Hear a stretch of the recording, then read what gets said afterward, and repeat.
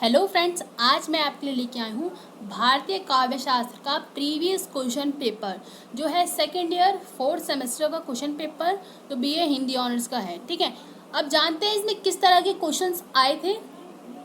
तो पहला जो क्वेश्चन है वो है भारतीय काव्य शास्त्र की परंपरा का संक्षिप्त परिचय देते हुए आचार्य मम्मट के योगदान पर प्रकाश डालिए। ठीक है, आपका जो पहला ही आपका यूनिट होगा उसमें जो है भारतीय काव्य शास्त्र परंपरा के बारे में आपको विस्तार पूर्वक बता रखा होगा। ठीक है, साथ में क्या है जो मम्मट का योगदान क्या था। ठीक है, जो भारतीय काव्य शास्त्र था उसमें क्या योगदान था मम्मट जी का, उसके बारे में आपको यहाँ पर लिखना है, जो होगा आपका 12 मार्क्स का। ठीक है, अगर आपको ये नहीं आता है तो आपके इसके अथवा में दे रखा है काव्य हेतु से आप क्या समझते हैं। ठीक है, जो काव्य हेतु है से आप क्या समझते हैं, भारतीय आचार्य द्वारा विवेचित काव्य हेतुओं पर प्रकाश डालिए।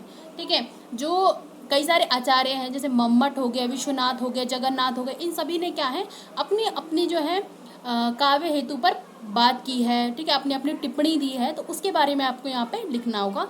सेकंड क्वेश्चन की बात करें तो सेकंड क्वेश्चन है रस क्या है। ठीक है, रस क्या है, रस के स्वरूप पर विचार कीजिए। ठीक है, जो रस है उसके बारे में आपको पहले बताना पड़ेगा, रस का स्वरूप क्या है, रस कितने प्रकार के होते हैं। ठीक है, और ये सब आपको यहाँ पर बताना होगा। ठीक है, ये होगा आपका 12 मार्क्स का।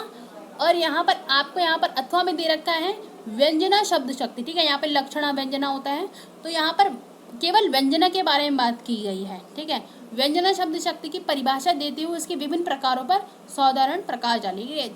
जो व्यंजना शब्द शक्ति है उसकी परिभाषा देनी है, उसकी डेफिनेशन आपको देनी है कि व्यंजना शब्द शक्ति होती क्या है विद एग्जाम्पल। ठीक है, आप उसको एग्जाम्पल भी दे सकते हो। ठीक है, थर्ड क्वेश्चन आ जाएगा मुक्तक काव्य अथवा नाटक का तात्विक विवेचन कीजिए। ठीक है, पहले के क्वेश्चन में जो आता था वो होता था महाकाव्य या इन पर प्रकाश डालिए। ठीक है, मगर यहाँ पर इस बार के क्वेश्चन पेपर में आया है मुक्तक या नाटक पर तात्विक विवेचना कीजिए। ठीक है, जो मुक्तक काव्य होता है और जो नाटक है उसके तात्विक आपको यहाँ पे तत्व के आधार पर उनके बारे में यहाँ पे लिखना है। ठीक है, ये तो हो गया 12 मार्क्स का।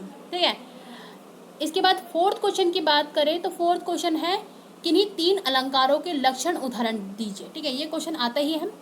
यहाँ पर क्या है 3 अलंकार आपको दे दिए जाएंगे। ठीक है, यहाँ पे 6 आपको अलंकार दिए जाएंगे और आपको करने केवल 3 हैं। ठीक है, यहाँ पर आपको यहाँ पे दे रखा है यमक, श्लेष, वक्रोक्ति, अतिशोक्ति, व्यतिरेक और उत्प्रेक्षा। ठीक है, इन सबको क्या है, इन सब में से आप केवल 3 क्वेश्चन जो है करने हैं। ठीक है, कितने करने हैं, 3 क्वेश्चन ही आपको यहाँ पर करने होंगे। ठीक है, इसके नीचे ही आपको दे रखा होगा किन्हीं 3 छंदों के लक्षण उदाहरण दीजिए। ठीक है, मैं आपको बता दूं कि जो आपने क वाला अलंकार है उसके साथ आपको एग्जाम्पल भी देने हैं। ठीक है, और लक्षण भी लिखने हैं उसके।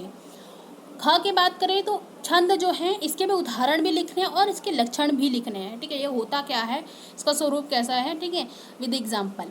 ठीक है, यहाँ पर आपको दे रखा है शिखरणी, शार्दूल, विकर्णित, घनाश्री और उलाला, सोठा, कुंडलिया। ठीक है, ये सारा आपको यहाँ पर दे रखा है और इनमें से भी आपको केवल 3 ही आपको यहाँ पर करने होंगे। ठीक है, फिर आगे बढ़ते हैं।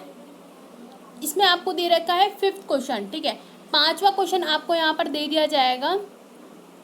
5वें क्वेश्चन में क्या है, किन्हीं 3 पर संक्षिप्त टिप्पणी की लिखिए। ठीक है, किन्हीं 3 पर ही आपको यहाँ पर अपनी बातें लिखनी होंगी। ठीक है, यहाँ पर आपको दे रखा है आचार्य भरत मुनि, करुण रस, माधुर्य गुण या काव्य प्रयोजन या चंपू काव्य। ठीक है, इनमें से देखो आपको ऑप्शन तो बहुत मिल रहे हैं मगर आपको केवल 3 ही यहाँ पर करने होंगे। ठीक है, सभी क्या है, ये पूरा टोटल जो है 21 मार्क्स का है। ठीक है,